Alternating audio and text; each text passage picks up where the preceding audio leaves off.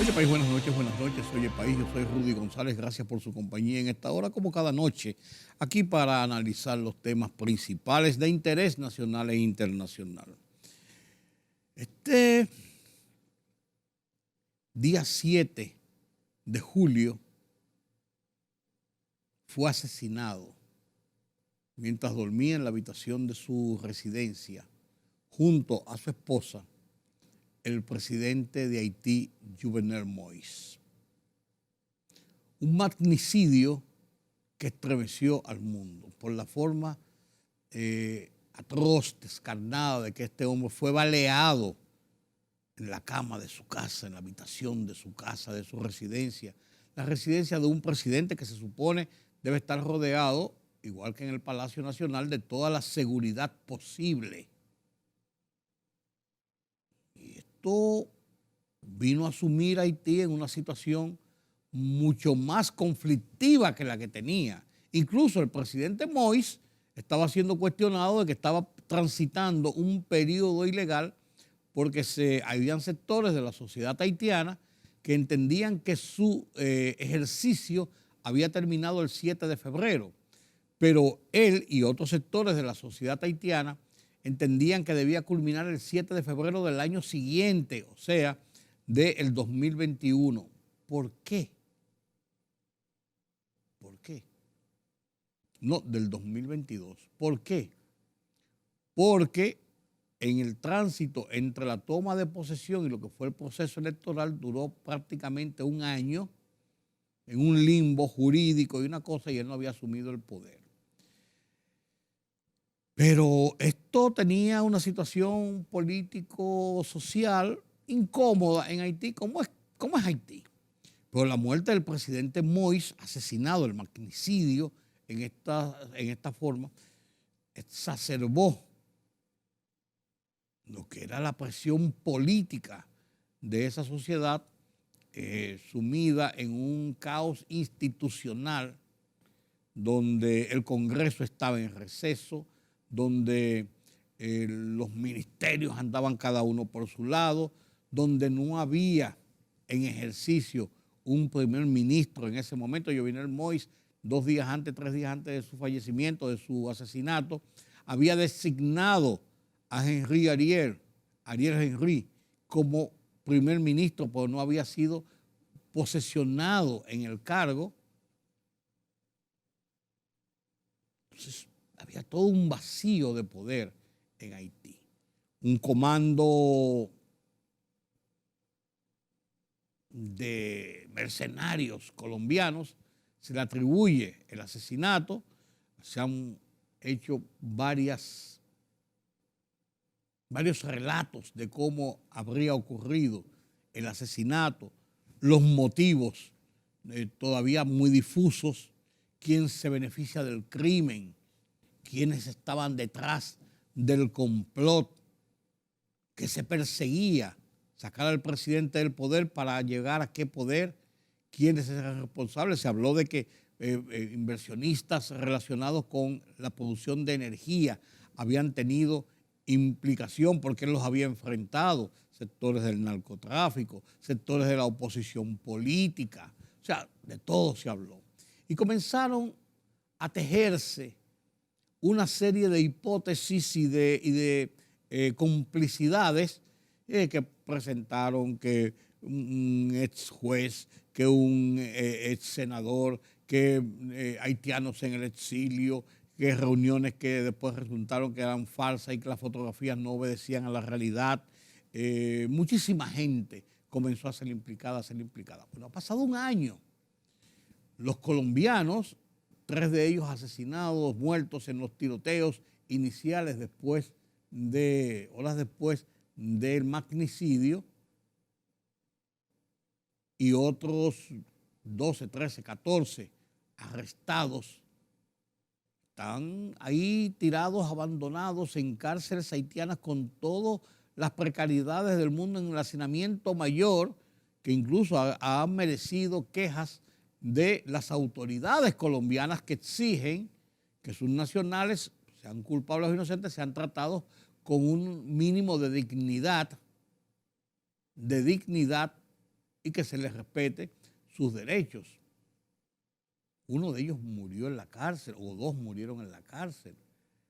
Es una cosa terrible, pero a pesar de todo ello y de lo que pudo haber, Ariel Henry se mantiene como primer ministro después de haber desplazado a Claude Joseph, que quería asumir y asumió por unos días como primer ministro, era el ministro de Relaciones Exteriores, un enemigo jurado de República Dominicana, pero fue sacado de la posición. Y hoy Claude Joseph está aspirando a una candidatura presidencial para en el momento en que se realicen elecciones en Haití, él participar. Sería lo peor y más funesto que pudiera pasar de cara a el poder político en Haití frente a República Dominicana. Y lo hemos vivido en otras ocasiones con Jean Beltrán Aristide, lo vivimos. Jean Beltrán Aristide lo vivimos. Pero también en otros casos. El hecho es que Haití, el asesinato de Jovenel Moïse, lo que vino fue a complicar el panorama. De cara a República Dominicana, ustedes saben cómo hemos vivido, para citar el último año, para citar solamente el último año, entre dimes y diretes y tensiones y una situación conflictiva entre los dos países sin que llegue a vías de hecho, pero sí de muchas tensiones. Pero en lo interno de Haití, el posicionamiento, el empoderamiento que han logrado grupos, bandas organizadas, fuertemente armadas, que tienen un control de la sociedad haitiana, hacen secuestros, hacen tiroteos, asaltos, viven del temor que infunden a las autoridades inclusive, y son un poder dentro del poder. Las autoridades no lo enfrentan y ellos hacen lo que les da la gana a su libre albedrío y han secuestrado cientos de personas, incluyendo dominicanos, porque les piden rescates millonarios. Incluso llegaron a secuestrar a unos misioneros norteamericanos. Miren el nivel de la osadía. Y así por el estilo. Entonces, un año del asesinato de Jovenel Moïse encuentra a Haití hoy sumido en la misma crisis política, social y económica. ¿Cuándo se celebrarán unas elecciones para buscar un camino hacia la institucionalización y la normalización político-social? No se sabe. Se ha hablado de octubre, se ha hablado de noviembre, se ha hablado del año que viene. Nadie sabe. Eso es una incógnita que los haitianos deberán resolver en su momento, pero que nosotros que somos sus vecinos y que somos receptores de esa inmigración y de receptores de los reflejos de los males que sufre la sociedad haitiana, en carne propia lo vivimos, con una inmigración descontrolada muchas veces, con unas amenazas en nuestras fronteras, con la violencia de estas bandas criminales, delincuentes, con las tensiones que nos genera el estado de relación haitianos-dominicanos en la misma zona de la frontera y en otros lugares. O sea, siempre estamos prestándole atención a lo que ocurre en Haití. Y esta es una ocasión propicia de un año después del asesinato. ¿Qué? Un año después del asesinato, ¿qué? Hay que pensar en ello, señores. Hay que pensar en ello. El tema del expediente sobre el caso Medusa, en que la figura principal es el ex procurador general Jean Alain Rodríguez, es el tema jurídico que ha saltado a la palestra con mayor trascendencia, aunque hay otros casos que están por ahí manejándose. Pero este es el caso que ha saltado por la cantidad de implicados, por la cantidad de pruebas que dice aportar la parte acusadora, la Procuraduría, el PECCA, por el volumen de empresas que están implicadas en este caso, por la calidad de algunos de los implicados que se mencionan. Esto apunta a ojo de buen cubero, como dice el refranero popular. Esto apunta a un proceso largo, complejo, complicado. Por ejemplo, 41 implicados, cada uno con uno o dos abogados. 22 empresas, cada uno con uno o dos abogados. Estamos hablando ya de 60 por las empresas, de casi 100 entre los implicados y sus abogados. Estamos hablando de 160 personas en ese solamente estadio. La parte de la fiscalía, 4, 5, 6, 7, 8 fiscales y asistentes.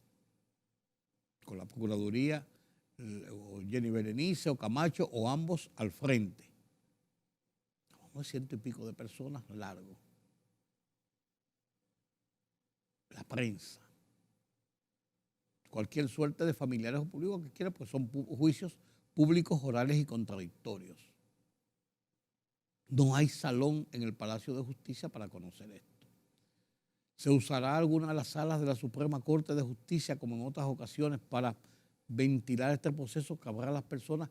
¿Habrán los mecanismos de seguridad para poder tener control de esa sala de audiencia, del tráfico, de la ida a la vuelta de los implicados?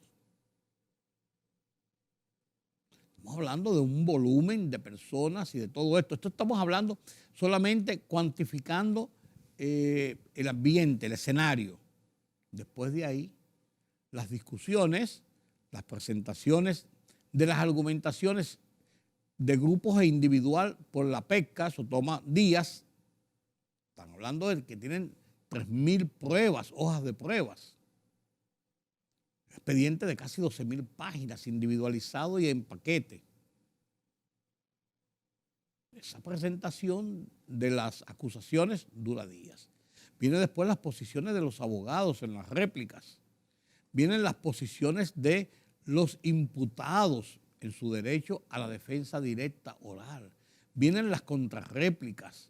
Estamos hablando, señores, de semanas, meses, en esta fase de instrucción, para decidir después si el caso va a juicio de fondo, si va una parte de ellos, si van todos, si se archivan algunos expedientes, si se da un no al lugar contra otros, si se desglosa el expediente. Muchísimas alternativas judiciales.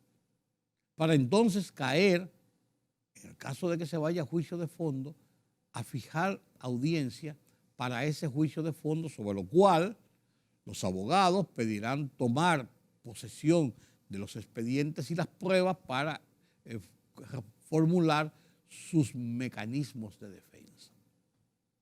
Sigue el tiempo corriendo, estamos hablando de que en el 2024, dentro de justamente 2 años, tenemos un proceso de elecciones, de votaciones, pero el año próximo entramos en el periodo preelectoral, es elección de candidatos, campaña interna en los partidos, después la campaña abierta de cara a las elecciones, que aunque tiene plazo de que deben comenzar en marzo del 2024, eso está arrancando, está en el aire ya.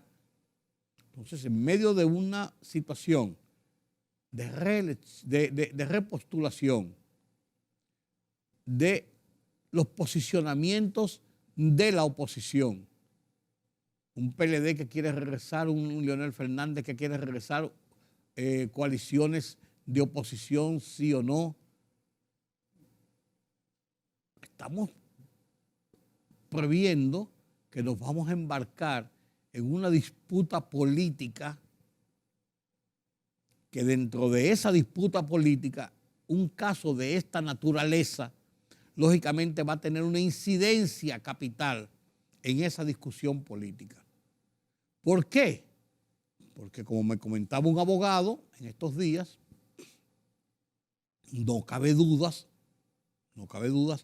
de que el tema corrupción va a ser aprovechado por la parte oficial para endilgar culpas contra la oposición, sus opositores inmediatos, el PLD y hoy la Fuerza del Pueblo, pero que fue gobierno dentro del mismo PLD inmediatamente antes de que entrara Danilo Medina en la presencia de Leonel Fernández. Y no cabe dudas de que esas dos fuerzas en un momento determinado, principalmente el danilismo, va a tratar de enfilar opinión sobre que esos juicios son políticos, no de temas judiciales, sino retaliatorios de persecución de cara a las elecciones. No cabe duda de que este proceso judicial va a encajar dentro de la disputa política que tenemos por delante. No estoy diciendo que haya culpables o haya inocentes. No estoy diciendo que tenga razón el PECA, la Procuraduría, la justicia represiva del Estado en presentar y formular acusaciones. No estoy diciendo que los partidos tengan razones en decir que es una parte política o que se use como un instrumento político electoral. Esa es la realidad. La culpabilidad o la inocencia se verá en el transcurso del proceso en justicia. Cada uno tiene sus opiniones que yo respeto, yo tengo la mía, pero que yo respeto. Lo que quiero decir con esto es que este es un caso complejo, complicado, por el número de involucrados, y empresas y personas, el volumen que representa esto en un escenario de discusión, en un proceso de juicio oral, público y contradictorio, y además de eso, lo complejo de toda la argumentación de pruebas sobre la acusación presentada y las partes de la contraparte de la defensa. Complejo, y va a ser complejo, atomizado, asignado por el proceso eleccionario, no me cabe dudas. Así es. Y otro tema es el relativo a la ley de extinción de dominio. Una ley controversial por las posiciones sobre su incidencia de violación en que se incurriría de cara a la Constitución de la República en algunos de los casos, y las posiciones encontradas entre el oficialismo y la oposición. El oficialismo que ha dicho que sí o sí, en voz de Paliza, presidente del PRM, se va a aprobar ese proyecto. De que aquí habrá ley de extinción de dominio en las próximas semanas, dicho por el presidente Luis Abinader, y repetido en el acto de conmemoración de la independencia de los Estados Unidos el pasado jueves de la semana pasada, que se celebró con anticipación, ese acto. De posiciones como los presidentes del Senado y la Cámara de Diputados que dicen que hay un compromiso y que eso va a ser aprobado, de una oposición que dice que le están poniendo cosas, le están poniendo parches, le están quitando cosas después que se había consensuado algo, y que aunque están de acuerdo con el marco del proyecto, tiene una serie de implicaciones de cara constitucional que la haría inaplicable o la haría violatoria a la Carta Magna. Posición en la que se encuentran también algunos abogados connotados constitucionalistas del país y algunas organizaciones. Una ley de extinción de dominio que claramente aupada por los Estados Unidos le plantea una situación de temor o de cuidado a los legisladores y partidos y a mucha gente, de cuidado si me opongo, porque podía haber retaliación. Y yo creo que no puede ser así.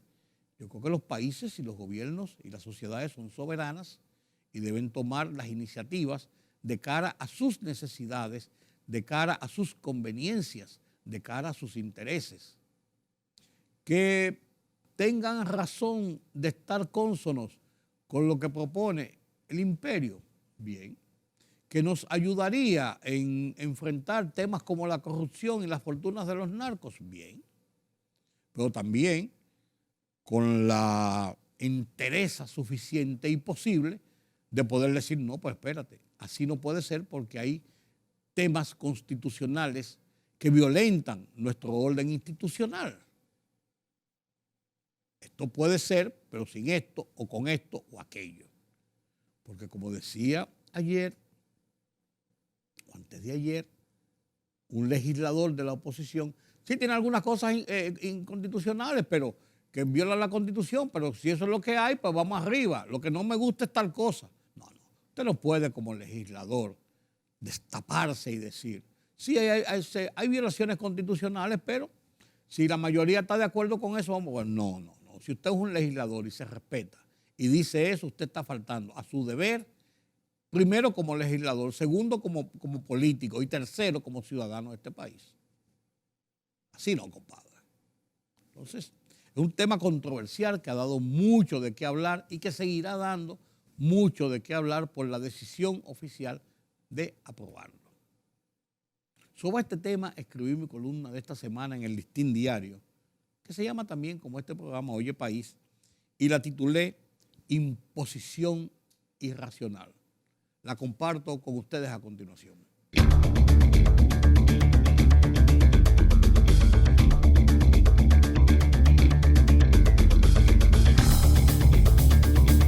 Cuando la ley de extinción de dominio se vendió al país, la motivación principal era golpear las fortunas de los narcos, quienes atrapados y extraditados negocian con las autoridades norteamericanas, logrando penas reducidas y al volver, deportados tras cumplir condena, reclaman sus bienes dejado a custodia oficial y a seguir su vida de millonarios.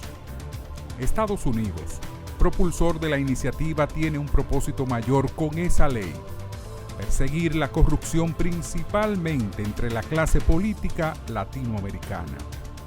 Para socializarla sin mostrar el refajo de imposición, se usó Naciones Unidas para su propuesta. Esta ley no es mala per se. Si su aplicación visualizara clara, justa, ajustada a la ley, a la Constitución, fuera otra cosa. Cuando el proyecto cayó en manos dominicanas, se le hicieron arreglos y adhesiones a la criolla, de acuerdo a los intereses de coyuntura. Y ahí está la suspicacia, el peligro. El compromiso público ante el país y la embajada, versión pública en el acto de celebración de la independencia de Estados Unidos, es aprobarla por encima de lo que sea y de quien sea. Así será.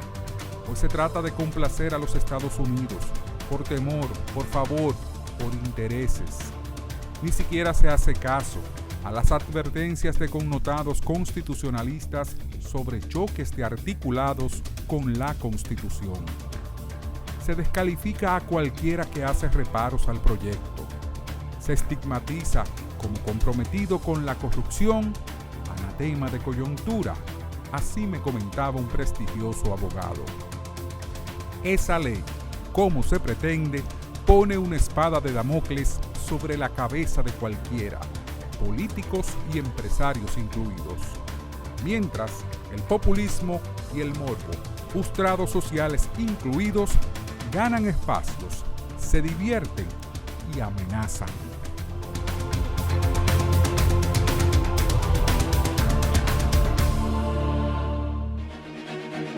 El rumbo de la tarde, plural, objetivo, democrático, la verdad siempre. Con tres verdaderos profesionales del periodismo y la comunicación, Georgie Rodríguez, Juan TH y Rudy González.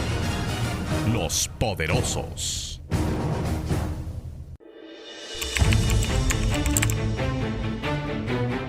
Periodismo de investigación, columnas, opinión, análisis, reportajes de fondo. Hora por hora, una completa plataforma multimedia. Periodismo con valor. Noticias horaporhora.com.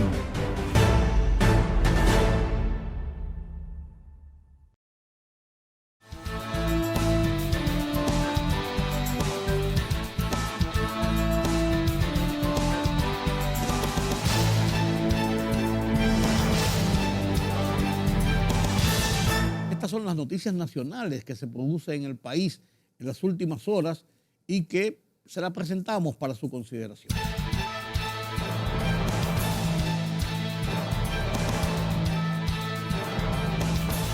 El Ministerio de Salud Pública notificó este viernes 1.317 nuevos contagios, 238 más que los 1.079 registrados en la víspera y ninguna defunción por esa causa.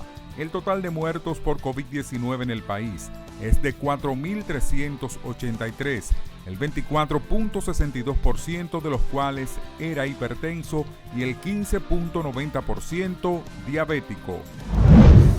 El presidente de la República, Luis Abinader, envió sus condolencias para el pueblo japonés luego del fallecimiento del ex primer ministro Shinzo Abe. En nombre del pueblo dominicano expresamos nuestras condolencias y solidaridad con el pueblo japonés y la familia del ex primer ministro Shinzo Abe por su trágico fallecimiento, manifestó el mandatario en un tuit publicado la mañana de este viernes. La Procuradora General Miriam Germán Brito declaró que la persecución de la criminalidad y la corrupción administrativa impactan positivamente en la seguridad jurídica de República Dominicana y destacó que la lucha contra ese flagelo es prioridad de su gestión. La seguridad jurídica, sin duda, impone deberes a los poderes públicos, pues esta constituye un valor instrumental para garantizar la libertad y la igualdad, así como para crear un clima social que propicie la libre empresa y la inversión extranjera, manifestó la jefa del Ministerio Público al participar en el almuerzo de la Cámara Americana de Comercio. De acuerdo con proyectos migrantes desaparecidos de la Organización Internacional para las Migraciones, OIM, la República Dominicana registra el mayor número de migrantes fallecidos en el Caribe durante 2021. En el reporte anual sobre la región sobre las Américas, se reveló que 67 dominicanos perdieron la vida mientras viajaban a través de peligrosas rutas marítimas en frágiles embarcaciones en la región del Caribe.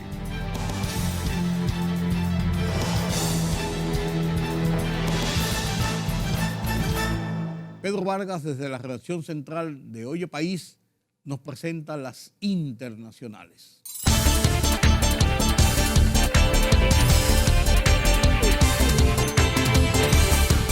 El ex primer ministro japonés Shinzo Abe falleció este viernes tras ser alcanzado por disparos en un atentado perpetrado durante un acto electoral en Nara, oeste de Japón, según informó el Partido Liberal Democrático, PLD, al que pertenecía.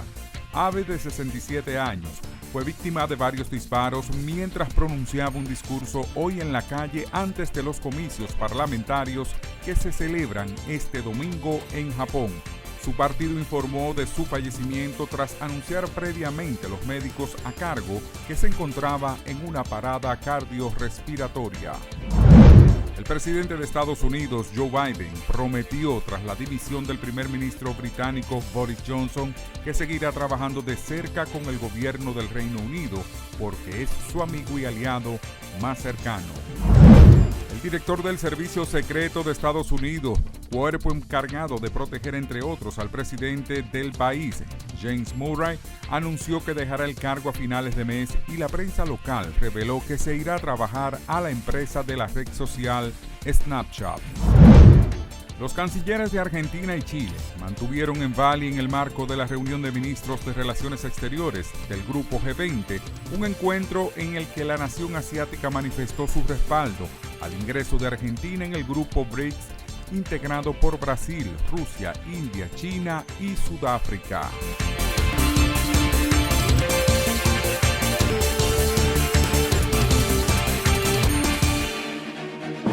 El rumbo de la tarde, plural, objetivo, democrático, la verdad siempre. Con tres verdaderos profesionales del periodismo y la comunicación, Georgie Rodríguez, Juan TH y Rudy González. Los Poderosos.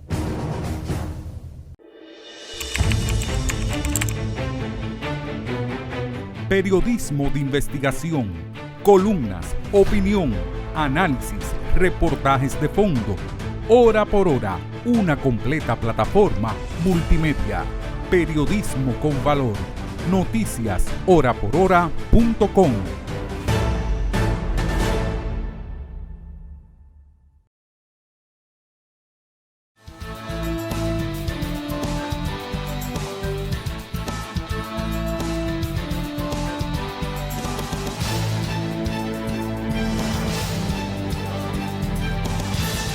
La Voz de los Estados Unidos de América, canal oficial del gobierno de los Estados Unidos, por así decirlo, una emisora pública del gobierno de los Estados Unidos, en esta semana abordó en su programa Foro Hemisférico, Foro de las Américas, un tema sumamente apasionante y que provoca muchas controversias, el tema del aborto.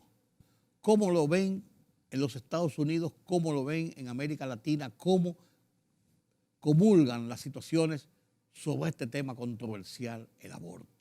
Los dejo con este Foro de las Américas a través de la VOA en la presentación de Gonzalo Abarca, presentador oficial del foro, a continuación. Y con este tema concluimos nuestra emisión de hoy aquí en Oye País y los convoco para mañana nueva vez para repasar otros temas de interés nacional e internacional. Los dejo con el reportaje de La Voz de América sobre el aborto. Buenas noches. Como nunca antes, Estados Unidos está dividido sobre el tema del aborto, según la mayoría de los analistas y jueces del país. La Corte Suprema de Estados Unidos revocó la ley Roe vs. Wade, que data de 1973 y establecía la protección constitucional del derecho al aborto. Esta decisión ha provocado que más de la mitad de los 50 estados del país estén promulgando leyes restringiendo o prohibiendo directamente este derecho, de acuerdo con el diario The New York Times. Bien, para analizar el tema me acompaña la abogada y experta María Herrera Mellado y Paula Ávila Guillén, abogada también presidente del Women's Equality Center. Bienvenidas. Paula, voy a empezar contigo. La Corte determinó que el aborto no es un derecho constitucional. ¿Qué derechos entonces tienen ahora las mujeres en Estados Unidos en cuanto a su salud reproductiva? Hola, buenos días. Creo que es muy importante aclarar que lo que determinó es que no existe un derecho a la privacidad en temas del aborto reconocido bajo la Constitución. Y la razón por la cual esto es diferente porque no solo aplica al aborto, pero puede aplicar a muchísimos otros derechos que tienen que ver con la privacidad. Lo que la Corte está diciendo es que esta es una potestad, el cómo se regula la privacidad es una potestad que le queda a los estados. Incluso en la misma decisión, el voto concurrente del juez Thomas puede poner en entredicho el derecho a la anticoncepción, puede poner en entredicho los derechos de las parejas del mismo sexo a tener relaciones o a casarse. Entonces crea realmente una incertidumbre jurídica para todas las personas. En este momento en Estados Unidos tenemos al país dividido en dos. Claro. Aquellos estados que reconocen los derechos reproductivos de las mujeres y aquellos estados que no. Muy bien. María, bienvenida. Legalmente, ¿cómo interpretar que durante casi 50 años, María, la Corte Suprema estableció el aborto como un derecho constitucional y ahora lo está derogando? Bueno, yo creo que los jueces que han acordado revocar el precedente de Roe vs. Wade lo han explicado muy bien, y en concreto también el juez del Tribunal Supremo, Thomas, que ha dicho que, y Alito, que han dicho que ha sido una interpretación errónea y que el derecho al aborto nunca debió haber sido interpretado como un derecho constitucional, porque los derechos constitucionales están expresamente incluidos en la Constitución o implícitamente, pero para ser considerado un derecho constitucional deberían de estar relacionados con nuestra historia, es decir, tiene que tener algo que ver con nuestro país, y el derecho al aborto no es uno de nuestros derechos. Yo creo que se celebra que esta decisión de defender el derecho a la vida, que es el único derecho real existente, se le devuelva a los residentes de los estados y que sean las diferentes legislaturas, los congresos estatales, los que decidan qué quieren hacer. ¿Queremos defender el derecho a la vida? ¿Queremos defender a las madres? ¿Queremos defender a la familia? ¿O queremos acabar con la vida de los no nacidos que no tienen la posibilidad de defenderse ellos mismos? Bueno, pero antes de continuar con el análisis y el debate, veamos lo que dijo precisamente el presidente Joe Biden sobre esta histórica decisión del Supremo de Estados Unidos. With this decision, the conservative majority of the Supreme Court shows how extreme it is. Con esta decisión, la mayoría conservadora de la Corte Suprema muestra su extremismo. Lo alejado que está de la mayoría de este país ha convertido a Estados Unidos en una tierra aislada dentro de las naciones desarrolladas del mundo. Pero esta decisión no debe ser la última palabra. Mi administración usará todo el poder legal, pero el Congreso debe actuar y ustedes deben actuar con su voto. Y bien, justo esta semana, durante su participación en la cumbre de la OTAN en España, el presidente Biden dijo que impulsará la reforma del filibusterismo en el Senado, que es el mecanismo, ¿no?, que obliga a tener 60 votos o más para aprobar ciertas leyes y hacer que el Congreso pueda legislar respecto al aborto. Paula, tu opinión, el presidente diciendo que la decisión no debe ser la última palabra. Pues está absolutamente en lo correcto.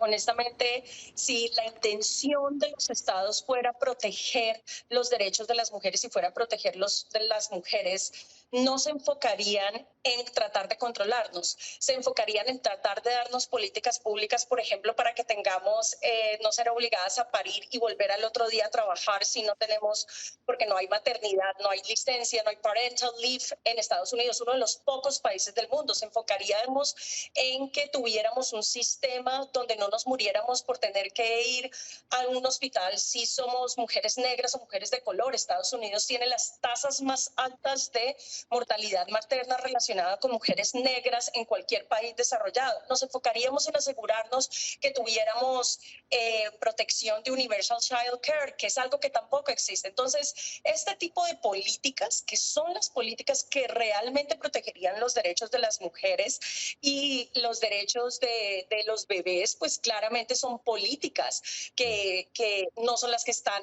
siendo promulgadas en este momento por las personas conservadoras. Entonces, esta decisión no se trata del aborto. Si realmente quisiéramos reducir los números de aborto, nos enfocaríamos en políticas para reducir los números de embarazos no deseados, porque Ahora, eso es lo que es efectivo, que incluyen educación sexual y acceso a anticonceptivos. Ahora, me gustaría preguntarle a María, ¿qué interpretación, María, le das al discurso del presidente Biden? Muy triste, un discurso completamente ideologizado, politizado, sobre un tema, además del que él debería de ser un gran defensor del derecho a la vida, pues él mismo se autoproclama un católico, lo cual no lo es, evidentemente. Y por supuesto es tristísimo que veamos cómo otros países nos dan un claro ejemplo de cómo respetar el derecho a la vida. Hablemos de cómo el presidente de Guatemala, por ejemplo, Jean Mattei, ha pedido a la Corte Interamericana de Derechos Humanos que por favor deje de atacar a Guatemala, por ejemplo, en sus políticas de defensores de la vida. Yo creo que Estados Unidos siempre ha sido un país defensor de los derechos humanos. Es nefasto que tengamos un presidente, una administración que aboga y financia la cultura de la muerte, el asesinato de millones de niños, no solo en los Estados Unidos, sino también en toda Hispanoamérica.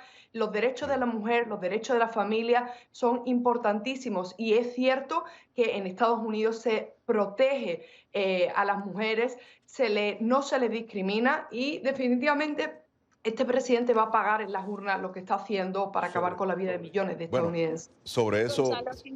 No sé si puedo aclarar aquí dos cosas que me parecen muy importantes. Una es que las personas que elegimos para que sean nuestros representantes no pueden y no deben, bajo un Estado en el que hay separación de la Iglesia y del Estado, legislar bajo sus opiniones personales. Muchas de las posiciones que más he admirado de políticos son aquellos que en su vida personal tomarían una posición, pero cuando están ejerciendo una función pública, toman la decisión que es proteger a sus ciudadanos. Entonces, nunca podemos escoger políticos que que lideren bajo sus posiciones personales. Bien, Paula, voy a retomar lo que has dicho. Y te pregunto, ¿cuál es entonces el legado de Roe versus Wade y cuál fue su impacto en la sociedad de Estados Unidos? Mira, el legado, y yo siempre he dicho, Roe fue el piso. Y parte, creo que de la razón por la cual hoy no existe es porque nunca luchamos para que se ratificara y fuera un poquito más allá. Pero el legado era que protegía que las decisiones que se tomaran en la esfera privada fueran algo que no le pertenecía a los estados, que le pertenecía a la persona que está afectada. Y la razón de hacer esto es porque en los países, y me alegra que hablemos de Guatemala y quisiera que habláramos de El Salvador y de Nicaragua y de Honduras, que son los países que criminalizan el aborto completamente o muy parecido a cómo va a pasar en los estados, y es que las políticas de criminalización nunca reducen los números de abortos. La persona y la mujer que va a abortar lo va a hacer independiente del estatus legal. Lo que cambia es cómo aborta. Si lo hace en situaciones de salubridad, si los hace en situaciones de higiene, si tiene el privilegio de viajar a otros lugares o si lo va a tener que hacer en situaciones que no son seguras. Todos los países que tienen criminalización absoluta del aborto tienen problemas de mortalidad materna muy altos, tienen problemas de criminalización de mujeres que incluso tienen pérdidas naturales de los embarazos y que no pueden probar en ese momento que lo que tuvieron fue una pérdida natural, y se estima aproximadamente que va a subir un 13% la mortalidad materna en los estados que están prohibiendo el aborto en este momento en Estados Unidos para el siguiente año, y después que sube un 24% en esos estados. Ahora, María, voy a retomar lo que está diciendo precisamente Paula. ¿Qué deja, en tu opinión, Roe versus Wade en la sociedad estadounidense? ¿Y por qué está en este momento su derogatoria ha resultado tan polémica? Deja a millones de niños estadounidenses muertos, asesinados por madres y por padres irresponsables y por legisladores y políticos como Joe Biden y los congresistas y senadores que han apoyado estas políticas de infanticidio. Por otra parte, deja un legado que dañó durante muchos años y que ensució la Constitución de los Estados Unidos, que en ningún momento reconoce el derecho al aborto porque no es un derecho, porque acabar con la vida de un ser no nacido no puede ser nunca un derecho, porque como política pública debemos defender la vida a toda costa, porque la vida sí es un derecho natural, porque la vida sí está reconocida en todas las constituciones del mundo, y gracias a Dios ahora vamos a volver a los residentes de cada estado a definir el futuro de nuestros estados y de nuestro país. Veamos, porque yo sé que Paula quiere intervenir ahora, pero primero vamos a ver lo que dijo el expresidente Donald Trump sobre este tema. La Corte entregó una victoria a favor de la Constitución, una victoria a favor de la majestuosidad de la ley, pero sobre todo una victoria a favor de la vida. Bueno, Paula, tu opinión, el expresidente Donald Trump diciendo que ha sido un fallo a favor de la vida. Yo siempre me pregunto cuando escucho ese tipo de circunstancias, ¿es qué pasa con la niña de 12 años que ahora va a ser obligada a parir a su hermano? ¿Qué va a pasar con la mujer que tiene un embarazo ectópico y que los médicos no van a saber cómo atenderla porque sencillamente ya han pasado los casos, tienen que llamar primero a sus abogados para saber si legalmente pueden atenderla o no? ¿Qué va a pasar con la madre que tiene un embarazo deseado y va a ser obligada a llevar a término un embarazo que no va a ser viable porque ya se sabe que no va a ser viable? Entonces, yo quiero que nos concentremos muchísimo en pensar cuál es nuestro objetivo. Si nuestro objetivo es reducir los números de abortos, yo estoy de acuerdo con eso. Y existen políticas públicas efectivas para reducir los números de aborto, que incluyen acceso a anticoncepción, acceso a educación sexual, y siempre va a haber casos en los cuales el aborto va a ser necesario. Pero irónicamente, las personas que se oponen al aborto también se oponen a políticas de educación sexual y de anticonceptivos. Eso es precisamente lo que quiero hablar con María ahora. María, acabar con el aborto ha sido, un tema central de la política republicana. Sin embargo, muchos republicanos temen que esta decisión de la Corte les puede perjudicar en este año electoral. No, para nada. Yo creo que es importantísimo que celebremos este hito histórico y que nos unamos más que nunca, porque los republicanos, los conservadores, somos patriotas, somos defensores de la vida, y además, ante el desastre que está llevando a cabo esta administración en política económica, en política exterior, la crisis fronteriza jamás antes vista, la economía, en fin, no hay nada que pueda pasar de aquí a noviembre que salve lo que va a ser la caída en picado del Partido Demócrata. De hecho, la aprobación de Joe Biden no supera el 39%. Esta administración no lo podía hacer peor. Y si tanto nos duele y si tanto les duele a las mujeres en este país, debería hacer muchísimo más. Sin embargo, no lo hace con el presidente Trump, cuyas declaraciones son muy acertadas. El respeto del Estado de Derecho y la ley. Con el presidente Trump, las mujeres tuvimos récords de índices bajos de desempleo, en progreso económico. En fin, es algo que tenemos que celebrar y no centrarnos tanto en el mensaje negativo. Y estoy de acuerdo con la colega que hay que apoyar a las mujeres para que tengan, y a las familias para que tengan mejor educación y mejor acceso a cómo gestionar su vida de una mejor forma. Claro, ahora, Paula, fíjate qué interesante lo que está diciendo María, porque los demócratas insisten en que los elegidos por Trump para la Corte Suprema deberían ser acusados por mentir bajo juramento sobre sus posiciones sobre el aborto. Tú como abogada, como experta en el tema también de la Constitución, ¿qué crees sobre esto? Mira, yo creo que definitivamente si mintieron bajo juramento, ellos dijeron que era un precedente que estaba establecido. Estados Unidos es un sistema que al pertenecer al common law se basa muchísimo en la estabilidad jurídica que salen de las cortes, y el que se cambie en un precedente de 50 años está generando muchísima inestabilidad jurídica, no solo en temas del aborto, pero en temas de privacidad, incluso de manejo de datos, de manejo de información, de hasta dónde el gobierno puede intervenir en ciertos aspectos de tu vida privada. Y eso es algo que es irónico viniendo de los republicanos, que siempre han querido un gobierno pequeño, alejado de las decisiones de los individuos. Pero justamente lo que hace que se quite el derecho a la privacidad es que el gobierno pueda meterse en decisiones de los individuos, incluso de manejo de información en Internet, de lo que tú buscas en Internet. Entonces creo que muchas veces los fanatismos no nos dejan ver las implicaciones muchísimo más allá de cambiar este precedente que ha sido como tan importante durante tantos años. Casi 50 años, efectivamente. Bien, continuamos en Foro de la Voz de América. Los líderes demócratas han reaccionado enérgicamente a la decisión de la Corte Suprema de derogar Roe versus Wade. Así se expresó la presidenta de la Cámara, Nancy Pelosi. La hipocresía es enervante, pero el daño es interminable. Lo que esto significa para las mujeres es insultante. Es una bofetada a las mujeres que usan su propio juicio para realizar sus propias decisiones sobre la libertad reproductiva. Bien, veíamos una Nancy Pelosi conmovida por la decisión de la Corte. María, tu opinión, libertad reproductiva y los derechos de los estadounidenses bajo la Constitución. Bueno, déjame decirte en primer lugar que es puro teatro. Es una mujer que detesta a los niños. No sé si vieron el codazo que le metió a la hija de Mayra Flores, la primera mujer nacida en México, congresista en los Estados Unidos. Y en su juramentación le metió un codazo a una niña de 6 años. Vergonzoso.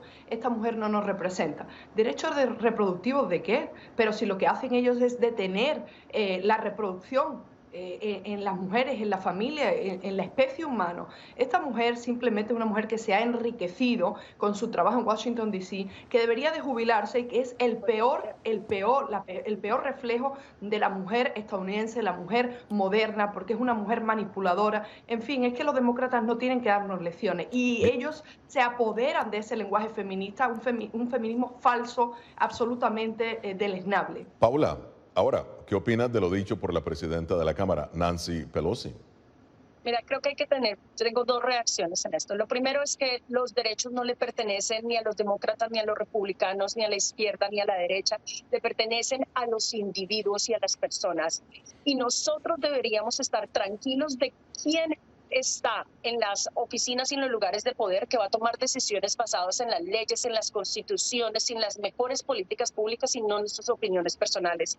Creo que parte del problema de esto es que vemos este tipo de derechos como derechos que le pertenecieran a partidos, pero en realidad nos pertenecen a nosotros, las ciudadanas, los ciudadanos. Y lo segundo es que, irónicamente, a pesar de que los otros hablan de la familia, leyes que prohíben el aborto van a eventualmente prohibir o pueden llegar a prohibir incluso la fertilización in vitro. Creo que a veces sencillamente no nos permite el fanatismo ver las implicaciones que van muchísimo más allá de lo que las personas creen que es. Ahora, María, rápidamente, ¿puede el Congreso de Estados Unidos legalizar el aborto en el país? ¿Tiene esa facultad? Lo puede intentar, ya hemos visto que ha fracasado, fracasaron en la codificación de Roe vs. Wade. Seguramente van a intentar utilizar la cláusula del comercio interestatal por aquello de que muchos de los equipos para realizar abortos, para acabar con la vida de millones de estadounidenses, cruzan las fronteras. Esa cláusula del comercio se ha interpretado y reinterpretado, no sabemos el alcance, pero desde luego hay algo que es importante decir, que los republicanos, los conservadores, estamos con un derecho, con un gobierno efectivamente limitado, y es que el gobierno federal jamás debería de tener la potestad de regular el derecho al aborto, y por otra parte que gracias a Dios ahora sí vuelve, como dicen nuestras colegas, a los residentes, a los ciudadanos estadounidenses, la potestad de pedirle a nuestros congresistas y votar democráticamente para defender el derecho a la vida. Es decir, el falso mensaje de que ahora mismo se ha ilegalizado el aborto, de que este mensaje negativo, no señores, el mensaje es positivo. Estados Unidos devuelve a los estados que nunca, de donde nunca debió salir, el derecho a defender la vida, a la familia, a las mujeres y respetar el Estado democrático, el Estado de Derecho, como dijo Donald Trump. Bueno, ya en la parte final de Foro de la Voz de América, Paula se insiste en que los argumentos para revertir la ley Roe vs. Wade podrían aplicarse a otros casos en los que la Corte Suprema citó derechos fundamentales, algo que han destacado, que por cierto no están en la Constitución, como el matrimonio entre personas del mismo sexo, la anticoncepción y los derechos civiles. ¿Es esto viable desde el punto de vista legal? Tú como abogada. Desafortunadamente sí es viable, y esa es la consecuencia de tener jueces que están legislando no basados en derechos y lo que es mejor para los ciudadanos, sino en posiciones y en políticas personales. La posición de Roe decía, el Estado no se puede meter en la esfera personal de las personas, y eso incluye cómo tú quieres manejar la vida. Además de eso, esto tiene implicaciones para la libertad de religión muy grande. Ya existe una demanda de un grupo de mujeres judías ante una corte inicial en Florida, que eventualmente esperamos llegue a la Corte Suprema, pidiendo que dentro de su religión ellas pueden permitir el aborto en ciertos lugares, que cómo el Estado se va a meter en tomar esas decisiones. Claro. Entonces, esto tiene implicaciones muchísimo más grandes. Bien, ahora, muy rápidamente, María, decenas de empresas, entre ellas Disney, Meta Platform y Yelp, ofrecen financiamiento para gastos de viaje a sus empleados en caso de que necesiten viajar a otros estados a realizarse aborto. Rápidamente, tu opinión sobre esto. Bueno, estamos viviendo una época de comunismo corporativo, definitivamente de unas empresas que se meten en la vida privada, que nos dicen qué tenemos que consumir, que nos vigilan. Es una verdadera locura. Yo creo que lo que hay que hacer es que boicotear a estas empresas, no hacer negocio con empresas que abogan por el asesinato de millones de niños estadounidenses y que realmente no apoyan a mujeres. Vimos el escándalo, lo que pasó en Disney, vemos cómo tergiversan, por ejemplo, una política, una ley que se aprobó aquí en Florida con el gobernador Ron DeSantis para defender los derechos de los padres y de los niños, y ellos apoyaron todo este movimiento ideológico. Una lástima, estamos contentos de que por fin la decisión vuelva a los padres, a las familias y a los estados, que es donde nunca debió salir.